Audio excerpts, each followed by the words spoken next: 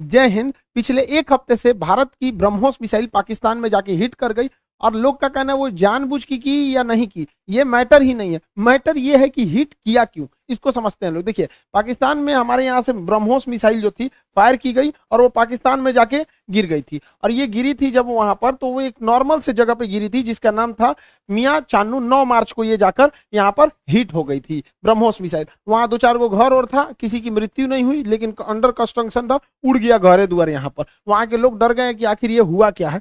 तो उसके बाद वहां पर जो जो inter service public relation officer होते हैं, ISPR, कहीं पे भी देखिएगा तो एक PR ऑफिसर होता है, PR पब्लिक रिलेशन।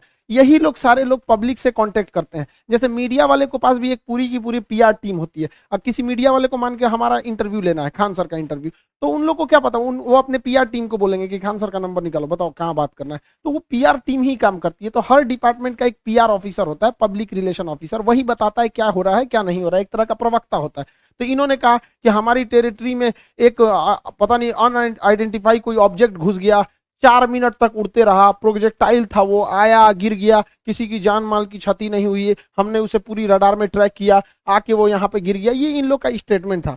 एक्चुअली में हुआ क्या था कि भारत से मिसाइल लॉन्च किया गया था, लेकिन ये दोनों देशों में विवाद न हो जाए इसलिए भारत सरकार के पहले से एक समझौता है 1999 का। 21 फरवरी 1999 में अटल बिहारी वाजपेयी और नवाज शरीफ के बीच में एक लाहौर एग्रीमेंट साइन हुआ था, लाहौर डिक्लेरेशन। इसमें कहा गया था कि अगर दोनों सेनाओं की ओर से अगर कभी भी गलती से कोई मिसाइल या हमला हो जाता है तो वो लोग हॉटलाइन पे बात करके इसका कंफर्मेशन कर देंगे कि जानबूझ के किया गया या गलती से हुआ है, इसकी अवगत करा दिया जाएगा। तो उसके लिए भारत की ओर से हॉटलाइन पे बात करके बता दिया गया पाकिस्तान को 2 दिन बाद कि भैया हमारी ओर से गलती से चला है।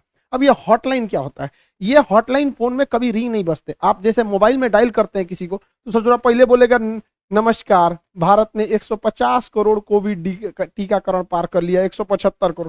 उसमें ये सब कोई रिंगटोन नहीं होता है, वो फिक्स होता है। करना कहाँ है, हॉटलाइन होते हैं, उसमें 4-5 नंबर ही, मतलब लिमिटेड नंबर होते हैं, वहीं फोन करना। एक बार फोन करेंगे तो फटाक से वहां लग जाएगा। तो हमेशा इमरजेंसी में होता है। अगर हम कहीं किसी पे फोन पे बात कर रहे हैं और कोई नॉर्मल आदमी हमको कॉल करेगा तो उसको वेटिंग बता देगा, लेकिन अगर हॉटलाइन से कॉल करेगा तो जिससे हम बात कर रहे हो तो उसका फोन वहां कट जाएगा और डायरेक्ट आ जाएगा मेरे पास आदेश। तो ये हॉटलाइन 2 देशों के बीच में होता है। मुख्यमंत्री जब कॉल करते हैं तो हॉटलाइन से कर सकते हैं, प्रधानमंत्री वगैरह। तो हॉटलाइन से भारत सरकार ने उन्हें बता दिया कि ऐसा ऐसा हुआ है। शुरुआत में ये मामला दब गया था, लेकिन पाकिस्तान के लोगों को लगा कि उनकी तो मेरी बेइज्जती हो गई, किसी ने आया पूरा बजा के चला गया, इसकी जांच होनी चाहिए। अब ये भाई साहब ये कर रहे हैं कि इसकी जांच कराएंगे हम, कैसे मिसाइल आया और ऐसे हमारे देश के अंदर घुस गया 124 किलोमीटर। अब ये मामला लेके जाएंगे यूएनओ में सिक्योरिटी काउंसिल में उठाएंगे, रूस से कहेंगे, चाइना से कहेंगे, इस्लामिक ऑर्गेनाइजेशन के देशों से कहेंगे। इन लोग का कहना है कि यूएनओ तक में ये मामला उठेगा कि आखिर ये मिसाइल आया क्यों। ये गधा पाकिस्तान उसी चाल में फंस गया जिसमें हम इसे फंसाना चाहते थे। हम ये चाहते थे कि पाकिस्तान इस पर बवाल करे और ये मामला इंटरनेशनल हो, लेकिन इन गधों के यहाँ पता नहीं कोई इंटरनेशनल रिलेशन पढ़ाता भी है कि नहीं, इन गधों को कुछ नहीं पता, ये हल्ला कर दिए हैं। एक्चुअल में ये मिस फायर नहीं था, ये डायरेक्ट फायर किया गया था जानबूझ के। हम आपको कुछ प्रूफ देते हैं, आप समझिए क्यों डायरेक्ट फायर किया गया था। यह मिसाइल जब उड़ती है हरियाणा से, तो यहां से लगभग हरियाणा पंजाब के बॉर्डर से 2 मिनट तक इंडिया में रहती है, फिर ये कर्व करके पाकिस्तान में जाती है, 4 मिनट तक ये पाकिस्तान में फ्लाई करती है। अब ये बताइए, जो मिसाइल ऑपरेटर इसे 4 मिनट तक फ्लाई कर रहा है, तो भारत में जो मिसाइल ऑपरेटर, उसे भी पता है कि वो इंडिया का बॉर्डर छोड़ दिया और पाकिस्तान में जा चुका है। तो पहला बात कि जब वो 4 मिनट तक दुश्मन की टेरिटरी में घुसा कैसे, ये इंडिया वाले को तो पहले से पता था। एक और गलती क्या थी, सेल्फ डिस्ट्रॉइंग सिस्टम होता है। जब कभी भी मिसाइल अपने रास्ते से भटकता है तो उसे मिसाइल के अंदर ऑटोमेटिक डेटोनेटर लगा होता है जो मिसाइल को रास्ते में ही ब्लास्ट कर देता है, जिससे कोई नुकसान नहीं होता है। तो किसी भी मिसाइल को मारने से पहले उस मिसाइल का एक ऑपरेटर रूम होता है, उस ऑपरेटर रूम से उस मिसाइल को फायर किया जाता है। फायर करने के बाद वो ऑपरेटर इस मिसाइल को रडार पर देखता है, अगर रास्ता भटकता है तो सेल्फ फायर कर देता है। इस मिसाइल को सेल्फ फायर नहीं किया गया, बल्कि ऑपरेटर चुपचाप देख रहा था, मजा मार रहा था कि घुस गया है पाकिस्तान में चला गया है 124 किलोमीटर तक। तो एक ये दूसरा प्रूफ, और भी कई सारे प्रूफ हैं। तो समझिए कैसे ये नक्शा पाकिस्तान ने जारी किया, हमने ये जारी किया पाकिस्तान ने। इसमें जो तीर का निशान है ये दिखा रहा है मिसाइल किस तरह आया और कैसे ये यहां से जाकर यहां मियां चन्नू पे जाके गिर गया। यहां पर देखिए कैसे मिसाइल ने सबसे पहले अपने से अगर मिस फायर होगा तो सीधे जाएगा, अपने से मिस फायर होगा तो सीधे। ये टर्न नहीं मार सकता है अपने से, माल फंक्शन की वजह से, गड़बड़ी की वजह से 90 डिग्री का कर्व नहीं मार सकता जब तक उसको पाथ फाइंड नहीं किया गया होगा, पहले से नहीं बताया गया हो। तो पहला 90 डिग्री टर्न अपने से नहीं मारा गया होगा। दूसरा, इस मिसाइल में कोऑर्डिनेशन फिक्स था। किसी भी मिसाइल को मारने से पहले उसका जीपीएस लोकेशन कोऑर्डिनेशन फिक्स किया जाता है कि यहीं पर जाना है, लेकिन इसमें कोई बारूद नहीं था। देखिए अमूमन यही होता है कि पहले उसमें बारूद यानी वारहेड भरा जाता है, पहले उसमें वारहेड भरा जाता है, तो इसमें वारहेड था नहीं। जब वारहेड भर दिया जाता है तब उस मिसाइल में फीड किया जाता है कि इस मिसाइल को जाना कहाँ है। तो इस मिसाइल में जाना कहाँ है ये फीड कर दिया गया था, और वारहेड नहीं फीड किया गया था। और जाना भी कहाँ है, मियाँ चन्नू पे। यहाँ ना कोई स्ट्रेटेजिक लोकेशन है, ना कोई सेना का स्कूल है, कुछ भी ऐसा नहीं है। जानबूझ के भारत ने मिसाइल का वारहेड हटाया कि किसी की जान माल की हानि ना हो, और ऐसे जगह को चुन लिया जहां कोई स्ट्रेटेजिक महत्व नहीं है कि बवाल ना होगा। बस हमें मिसाइल घुसा के बवाल करना था, भयंकर बवाल नहीं कराना था। एक और देखिएगा, इस मिसाइल को अगर देखेंगे तो 104 किलोमीटर से ज्यादा ये भारत में रही है, 124 किलोमीटर गई है, उसके बाद भी ये एक्स्ट्रा गई है। यानी इस मिसाइल की रेंज जो थी वो 290 किलोमीटर ही है। इस मिसाइल की रेंज 290 किलोमीटर, लेकिन ससुराई ब्रह्मोस मिसाइल 320 किलोमीटर कैसे चल गया। लगभग ये 30 से 40 किलोमीटर एक्स्ट्रा चला है। देखिए ये पाकिस्तान का ही नक्शा ही दिखा रहा है कि 33 किलोमीटर एक्स्ट्रा चल गया। बवाल है भैया, रेंज से 33 कैसे। तो कोई भी चीज को फेंकते हैं तो जब रेंज खत्म हो जाता है तो आराम से गिरता है। तो ब्रह्मोस और आगे गया था यहाँ पर। इस दौरान भी इसे सेल्फ डिस्ट्रॉय नहीं किया गया, यानी भारत से बैठ के ऑपरेशन टुकुर टुकुर देख रहा था, जानबूझ के किया गया है इसको। अगला देखिए, और भी ये खुद पाकिस्तान कर रहा है, उसको समझाते हैं। ये उनके ISPR है, inter service public relation, ISPR। समझ में आ गया? ISPR समझो समझो, तोरा नहीं पता अभी यहाँ पे। पहला इनका कहना है कि हम उस पर नजर बनाए हुए थे। देखिए इन निकम्मों को, इसके देश में 124 किलोमीटर कोई मिसाइल घुस गई, इसको ये लोग अपने रडार में बस नजर बनाए हुए थे। ये खुद कह रहा है कि हमने बस उसको ट्रैक किया, उसको 124 किलोमीटर, क्योंकि उस मिसाइल की रफ्तार इतनी ज्यादा थी, 3 मैक की थी, कि हम उसे मार के नहीं गिराए। जबकि जब भी कोई एयरफोर्स में कोई दूसरी देश का जहाज या कुछ भी हॉस्टाइल सिचुएशन में कोई चीज एंट्री करता है तो स्टैंडर्ड ऑफ प्रोसीजर SOP जो कहता है कि सबसे पहले उसको मार के गिराओ। तो इन लोगों ने मारा नहीं वहां पर। 124 किलोमीटर जब ये घुसा है तो कई बड़े शहरों के ऊपर से क्रॉस करके गुजरा है, कई हाई वैल्यू टारगेट को क्रॉस करके गुजरा है। क्या पता वहीं गिर जाता।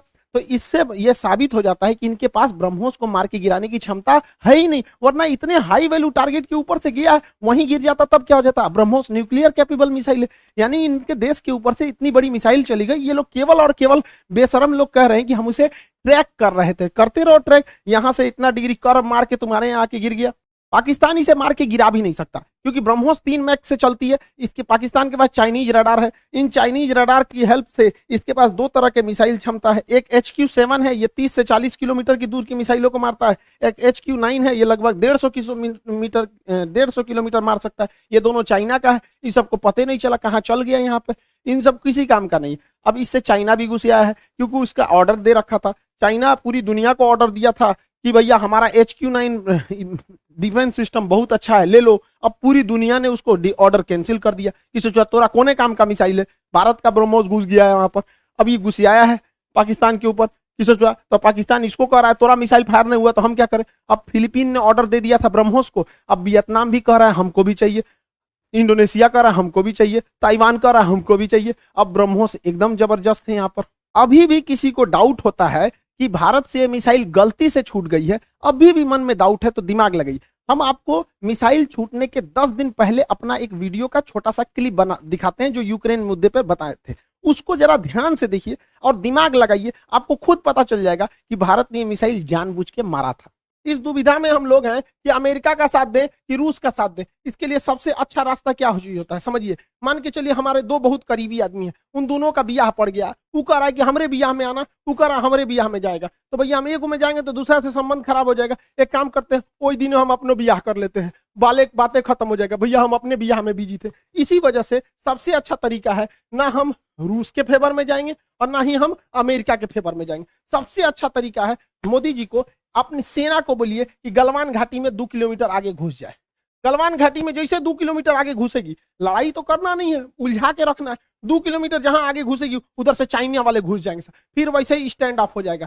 2-3 महीना चलेगा, अमेरिका कहेगा हे बोलना रे रूस को, कहे हम कुछ जी करे, हम तो खुदे लड़ रहे हैं चाइना से यहाँ पे, तो हमला दोनों शांत के शांत रहेगा। आपको क्या लगता है भारत को इधर उलझा देना चाहिए कि नहीं देना चाहिए? वरना आप मना करेंगे तो कोई ना कोई देश इस तरह से आपको कहेगा कि भैया हमारा साथ दो, उससे अच्छा हम खुद उलझे हुए हैं, बातें खत्म। अब समझ में आ गया, हम लोगों को इस इंटरनेशनल कचड़ा में नहीं पड़ना था कि रूस का साथ दे, कि यूक्रेन का दे, कि नाटो का, कि अमेरिका का। इसलिए हम खुद बोले थे कि भारत को कहीं ना कहीं हमला कर देना चाहिए, ताकि हम लोग खुद ही इंटरनेशनल प्रेशर से बच जाएं। आज पूरी दुनिया नहीं कर रही है कि आप हमें जेलेंस्की का साथ दीजिए, नाटो का साथ दीजिए, कुछ नहीं कर रहा है। अब हम लोग यूक्रेन मारने से हट गए हैं क्योंकि पाकिस्तान इसे इंटरनेशनलाइजेशन कर रहा है और हम लोग बच गए यहाँ पे। मोदी जी कभी कभी मेरी बात मान लेते हैं, कभी मान लेते हैं कभी कभी, लेकिन बहुत कभी कभी बहुत बवाल के बाद मानते हैं। अभी देखिए पिछली बार रेलवे में पूरा बवाल हुआ, तब जाके उन्होंने अपना नोटिफिकेशन जारी किया, उसमें भी 2-4% इधर उधर करिए दिए हैं वहां पर भी रेलवे वाले में। और एयरफोर्स की वैकेंसी अभी रिजल्ट अभी तक रोक के रखे हैं। भैया ये एयरफोर्स वाले हैं, इन लोग को पढ़ा पढ़ा हम लोग बैठे हुए हैं, भेजिए, उड़ाए सब जहाज, मारे सब यहाँ पर। कितना लोग को हम लोग रोक के रखे यहाँ पर, तो कम से कम एयरफोर्स की तो रिजल्ट हुआ क्लियर करना चाहिए। मान जाते हैं मोदी जी बतिया, जैसे हमला करने वाला कैसे बोले 10 दिन में मान गए यहाँ पर, तो कभी कभी मानते हैं कभी कभी नहीं मानते। अब पाकिस्तान धमकी दे रहा है कि हम इस मिसाइल का रिवर्स इंजीनियरिंग कर देंगे। दूर बैल कहीं का रिवर्स इंजीनियरिंग करेगा, जब भारत ने इतना स्ट्रेटजी बना के मारा था। तो देखिए रिवर्स इंजीनियरिंग में जहाज का मेन चीज क्या होता है, उसका इंजन, पूरा इंजन तबाह हो गया, इंजन पूरी तरह तबाह हो गया। जो सीकर होता है, जो रडार होता है आगे, वो जहाज के अगवे लगा रहता है, वो थुथुर में पूरी तरह से उधिया गया है यहाँ पर। इसका जो सॉफ्टवेयर है, बिना सॉफ्टवेयर का जहाज उड़बे नहीं करता है, बिना सॉफ्टवेयर का मिसाइल नहीं उड़ सकता है, मोबाइल काम नहीं करता बिना सॉफ्टवेयर के। इनके सॉफ्टवेयर कहाँ है? तो अभी भी मिसाइल को देखिए, मिसाइल अपने से डिस्ट्रॉय नहीं हुई है, जानबूझ के इसे छोड़ा गया। तो पाकिस्तान कर रहा है, ये किस धातु का बना है ये हम पता कर लेंगे। रे ससुराल लोल, अगर तुम ये पता कर लेगा किस धातु का है, तो तुम अभी तक बना चुका रहता कि किस धातु का है। धातु पता करके बता, इंटरनेट पे मिलता है, हमरा से पूछ लियो, आके हमसे पूछ लियो। केमिस्ट्री में जब मेटलर्जी चैप्टर पढ़ाएंगे ना, धातु कर्म चैप्टर पढ़ाएंगे, धातु शोधन, सांद्रण, निस्तापन, भंजन, वहीं बता देंगे मेटलर्जी में तुमको। ब्रह्मोस का खोजेंगे लोल कहीं का, कौन सी बचल है ब्रह्मोस में?